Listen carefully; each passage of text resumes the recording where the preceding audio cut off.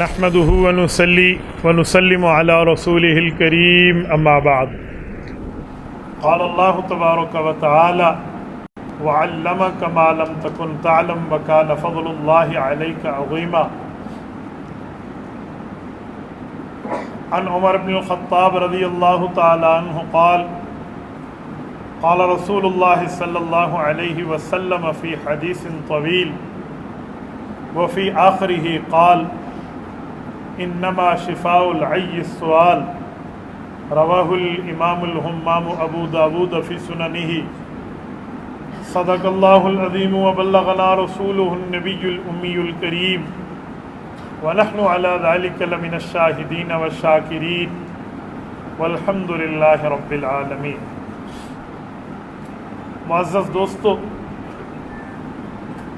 آج 6 ستمبر 2023 بروز بدھ ہے، اور میں یہاں ادارہ علوم اسلامیہ اسلام آباد کے اندر حضرت مولانا فیض الرحمن عثمانی رحمہ اللہ کے گلشن میں موجود ہوں۔ اللہ تعالی حضرت مولانا فیض الرحمن عثمانی رحمہ اللہ کی قبر پہ کروڑوں اربوں رحمتیں نازل فرمائے۔ اللہ تعالیٰ ان کے اس گلشن کو یوں شاد اور آباد رکھے۔ آپ طالب علموں سے میری بڑی درد مندانہ ایک ریکویسٹ ہے کہ آپ روزانہ کی بنیاد پہ مؤسسہ ادارہ کو ایصال ثواب میں دعاؤں میں یاد رکھیں۔ یہ بات ذہن میں رکھیں، جب بندہ کسی کے ساتھ تعلق رکھتا ہے اور تعلق میں اپنے آپ کے معاملات اس کے ساتھ استوار رکھتا ہے تو اللہ تعالیٰ اس کا فیض اس کو عطا فرماتے۔ آپ طالب علم ہو اور مجھے خوشی ہے ماشاءاللہ کہ آپ اسلامک اور اسی طرح عصری علوم، یہ دونوں دینی اور دنیاوی تعلیم کے امتزاج کے ساتھ یہاں بیٹھے ہیں۔ میں نے بھی الحمدللہ اپنے نورانی قاعدہ اور یسرنا القرآن کے قاعدے سے لے کر اپنے تمام تخصصات تک اسی مدرسے کی خاک چھانی ہے، اور اسکول اور مکتب سے لے کر یونیورسٹیز لیول تک میں نے ان تمام عصری علوموں کو پڑھا بھی ہے، اور الحمدللہ اپنی یونیورسٹی کو ٹاپ کر کے پڑھا ہے۔ میں چاہوں گا میں آپ کی خدمت میں اسی دونوں تعلیموں کے ملے جلے احوال پر آپ کی خدمت میں بات کروں۔ سب سے پہلی اور بنیادی بات یہ ہے کہ ہم دنیا میں آئے ہیں، اللہ تعالیٰ نے ہمیں علم کے لیے منتخب کیا تو یہاں بھیجا۔ اب سوال یہ ہے، کون سے وہ علوم ہیں جن کا فائدہ دنیا اور آخرت میں ہے، اور کون سے وہ علوم ہیں جن کا فائدہ دنیا اور آخرت میں نہیں ہے؟ ہم بنیادی طور پہ دیکھیں تو علوم دین، علوم شریعت، اس کا فائدہ اس دنیا میں بھی ہے، آخرت میں بھی ہے۔ جو علوم دنیا ہے، جس سے ڈاکٹرز، انجینئرز، وکیل، بیوروکریٹ، جج، جرنیل بنتے ہیں، ان کا تعلق اس دنیاوی زندگی سے ہے۔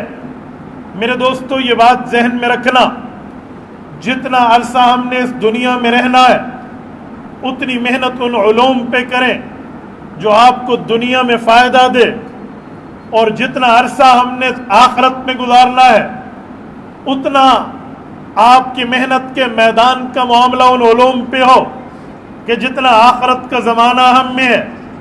اب دنیا میں کتنا رہنا ہے، دنیاوی زندگی امت محمدیہ کی کتنی ہے؟ نبی پاک علیہ الصلوۃ والسلام نے فرمایا اعمار امتی من 60 الی 90، او کما قال رسول اللہ صلی اللہ علیہ وسلم، فرمایا میری امت کی اوسطاً عمر 60 سال سے لے کر 90 کے درمیان ہے۔ گویا 90 سال عام طور پہ یہ عمر ہے، اس عمر میں ہم نے دنیا میں رہنا ہے۔ اب آؤ ذرا آخرت کی زندگی پر۔ آخرت کی زندگی کتنی ہے؟ آخرت کی زندگی میں یوم قیامت، یوم حشر، میدان محشر کے پہلے دن کو کاؤنٹ کرنے لگا ہوں۔ رب کریم نے 29ویں پارے سورۃ معارج کی شروع میں فرمایا کان مقدارہ 50,000 سنہ، وہاں کی زندگی کو چھوڑو، وہاں کے ہفتوں مہینوں سال کو تو چھوڑو، قیامت کا پہلا دن 50,000 سال کے برابر ہوگا۔ میرے مولا اس کے بعد کی زندگی فرمایا کألف سنۃ مما تعدون، اس کے بعد کی زندگی 1000 سال ڈیلی بیسس کی بنیاد پر یہ بندے کے لیے 1000 سال کا ایک دن ہوگا۔ اب میرے دوستو، دنیا میں 100 سال، آخرت کا ہر دن 1000 سال، دنیا میں 100 سال، آخرت کا پہلا دن 50,000 سال۔ تو ہمیں دیکھنا چاہیے دنیاوی تعلیم پہ کتنی محنت کرنی ہے، اخروی تعلیم پہ کتنی محنت کرنی ہے۔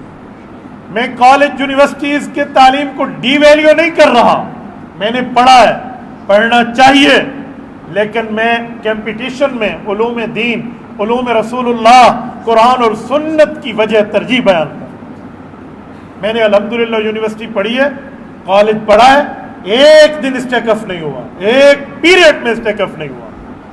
جس طرح آپ صرف صغیر یاد کرتے ہیں، ضرب یضرب ضربا فضارب، میں نے اس طرح اپنے مستقل ماسٹر لیول کی کتابوں کو یہ انگلیوں پہ ازبر کیا۔ یہ مجال کہ ہم مسئلہ کوئی ہو، پرابلم ہی کوئی نہیں ہے۔ الحمدللہ کافیہ اور قدوری تک اگر ہم نے متون کو ازبر کر کے دماغ میں رکھا تو ان علوم کو بھی میں نے پڑھا۔ آپ یوں first year, second year, third year, fourth year, آپ یوں انگلش کی یا میتھ کی یا ڈبل میتھ اسٹیٹ، باقی کتب کی جن پر آپ معاملات کے انحصار رکھتے ہیں، آپ لائیے، میں انشاءاللہ تعالی یہ فقیر بھائی آپ کو انگلیوں میں حل کریں۔ یہ کچھ دنوں پہلے ہم بیٹھے تھے ایک جگہ، یہ جو تھرڈ ایئر کی دا پرل پڑھائی جاتی ہے، تو میں نے تھرڈ ایئر کے اسٹوڈنٹ سے پوچھا کہ دا پرل ہے کیا، اس کا خلاصہ کیا؟ وہ کہنے لگا بس سر سے وہ بس آئیں بائیں شائیں۔ میں نے کہا کینو کیا ہے، کوئی ٹیٹو کیا ہے، 5 ایمبیشنز کیا ہیں اس کی؟ تو میرا منہ دیکھنے لگا۔ میں نے کہا بیٹا جس طرح ہم پڑھتے ہیں نا، امر نہیں استفہام تمنی ترجیح قوت ندارت قسم تعجب، ہمیں یوں حفظ ہے۔ آپ نے کالج کیا پڑھا؟ ایک دن میں نے اسٹکف نہیں ہوا، فائنیبل نہیں ہوا، میں نے کوئی جرمانہ نہیں دیا۔ پڑھنے کی ترتیب ہونی چاہیے بندے کو، لیکن اتنی محنت اس پہ کرے جتنا ہم نے دنیا میں رہنا، اور اتنی محنت آخرت کے علوم پہ کرے جتنا آخرت میں رہنا۔ میرے دوستو، میں ایک جملہ سمجھانے کے لیے کہتا ہوں، ڈاکٹر نہیں ہوگا علاج کیسے ہوگا؟ ڈاکٹر ہماری ضرورت ہے۔ انجینئر نہیں ہوگا کنسٹرکشن کی ترتیب کیسے ہوگی؟ وہ ہماری ضرورت ہے۔ اسی طرح کوئی بندہ کسی قانونی مشکافی میں پھنس جائے، وکیل نہیں ہوگا تو وہ کیس کیسے لڑے گا؟ جج نہیں ہوگے، ڈیسیجن کیسے ہوگا؟ اسی طرح بیوروکریٹ نہیں ہوگا، ہمارے باقی معاملات نہیں ہوں گے، نظام زندگی رک جائے گا۔ لیکن مجھے ایمان سے بتائیں، اگر حافظ قرآن نہیں ہوگا، قرآن کریم کے علوم کی حفاظت امت کیسے کرے؟ عالم دین نہیں ہوگا، رسول اللہ کی تعلیمات کو آگے کیسے پہنچایا جائے گا؟ مفتی فقہ نہیں ہوگا، وہ دین کی باتوں کو آگے اگلی نسلوں تک پہنچائے گا۔ بولیے، اور پھر ڈاکٹر کب تک، انجینئر کب تک، وکیل ایڈوکیٹ کب تک، ججز بیوروکریٹس کب تک، اور عالم اور حافظ کب تک؟ آؤ ایک منٹ میں فیصلہ کر لیتے ہیں۔ اللہ نہ کرے کسی کا باپ فوت ہو جائے، چاہے وہ دنیا کے آخری کارنر ہے نا، فجی آئل لینڈ، وہاں پہ بیٹھا ہو نا، وہ کال کرے گا، مولانا وقاص صاحب آپ اسکول کے بچوں کو نہیں، مدرسے کے بچوں کو کہہ دیں میرے ابا کے لیے سورۃ یاسین پڑھ لیں۔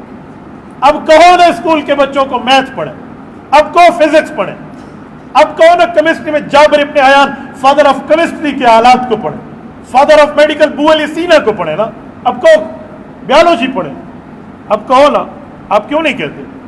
کہہ دیں نہیں، سورۃ یاسین پڑھ لیں، سورۃ ملک پڑھ لیں، اللہ کا قرآن پڑھ لیں، نبی کا فرمان پڑھ لیں۔ کیوں آپ اس بات کو جانتے ہیں، مانتے ہیں کہ اس تعلیم کا اثر دنیا کو کراس کر کے قبر پہ جاتا ہے، آخرت میں۔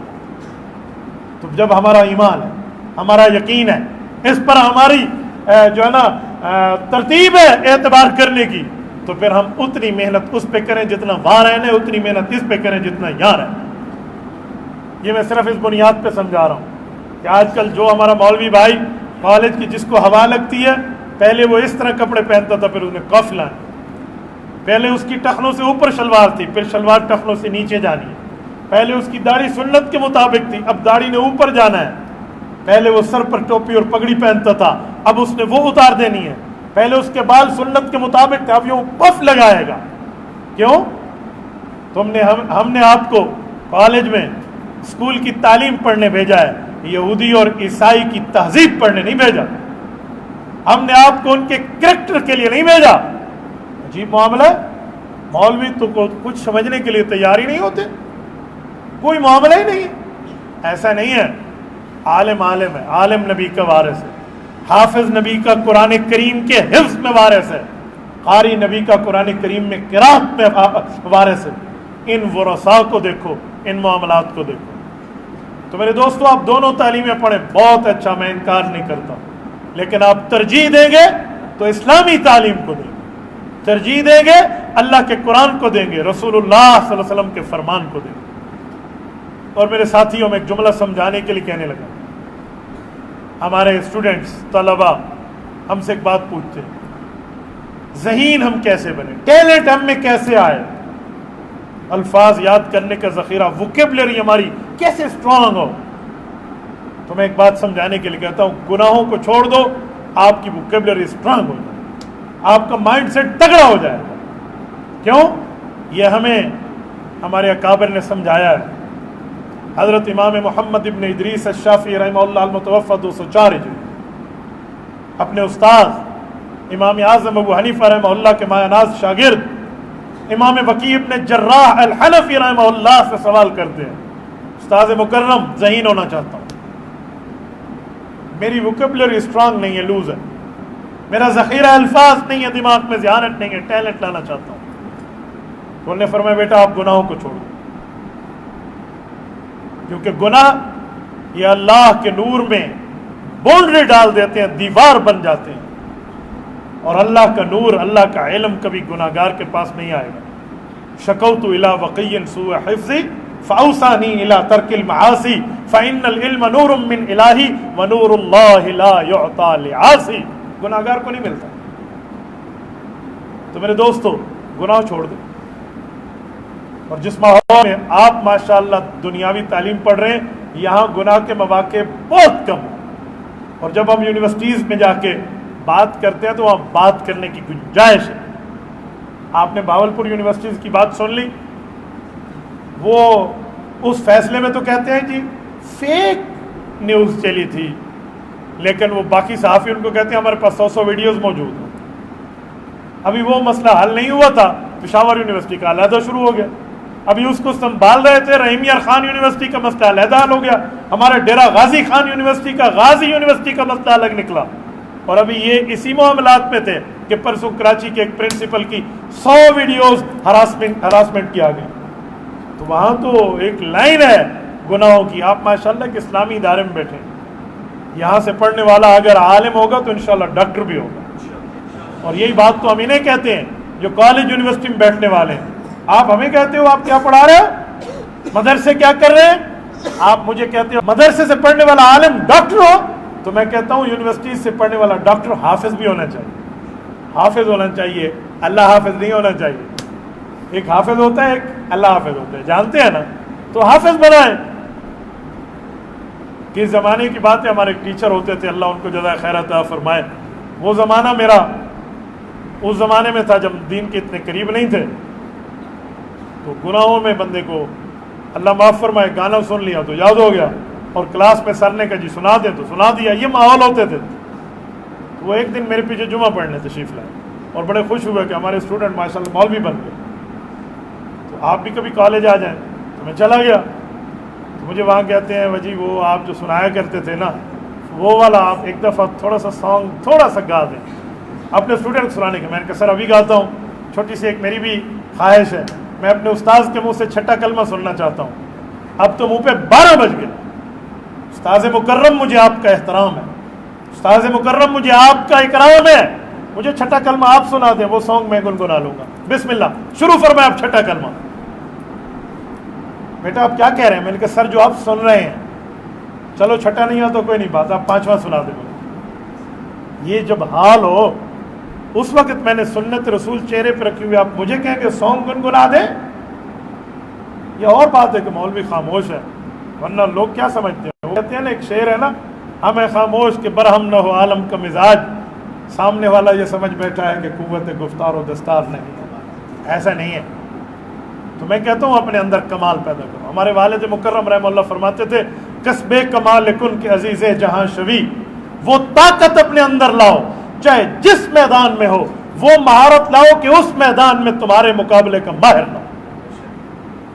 میں سمجھانے کے لیے کہتا ہوں کوئی جوتی گانٹنے والا موچی کیوں نہیں ہے، وہ اتنا کمال پیدا کرے جوتی گانٹنے میں کہ اس جیسے اس کی ٹکر کا کوئی بندہ نہ ہو۔ کوئی ڈرائیور ہے تو اس کمال کی ڈرائیونگ کرے کہ اس جیسا ڈرائیور کوئی نہ ہو۔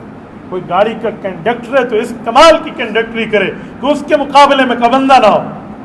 اگر آپ مولوی ہیں، عالم ہیں، حافظ ہیں، قاری ہیں، مفتی ہیں، محدث ہیں، مفسر ہیں، خطیب ہیں، تو اپنے معاملے میں اس حد تک کمال پیدا کرو کہ آپ کے مقابلے کا، آپ کے ٹکر کا، آپ کی سچویشن کا کوئی بندہ نہ ہو۔ وہ یہ نہ کہیے اس کا سیمولر ہے، یہ ہے کمال۔ یہ جو شروع میں نے آپ کو جملہ انشائیہ کی 10 قسمیں سنا دی نا، اس پر بھی ایک واقعہ، یہ میرے ناہو میر والے امتحان کے سال کی بات ہے۔ ہمارے استاد جی تشریف لائے ہمارے امتحان کے لیے، ہمارے استاد جی کے غالباً جاننے والے تھے وہ، تو سارے طلباء سے پوچھتے ہوئے ناہو میر میں جب میری باری تو مجھے کہا جملہ انشائیہ کی کتنی قسمیں؟ میں نے کہا استاد جی 10۔ تو وہ مجھے پنجابی میں کہتے تو بھی مینوں 10، یعنی 10 ہے تو 10 سنا دو۔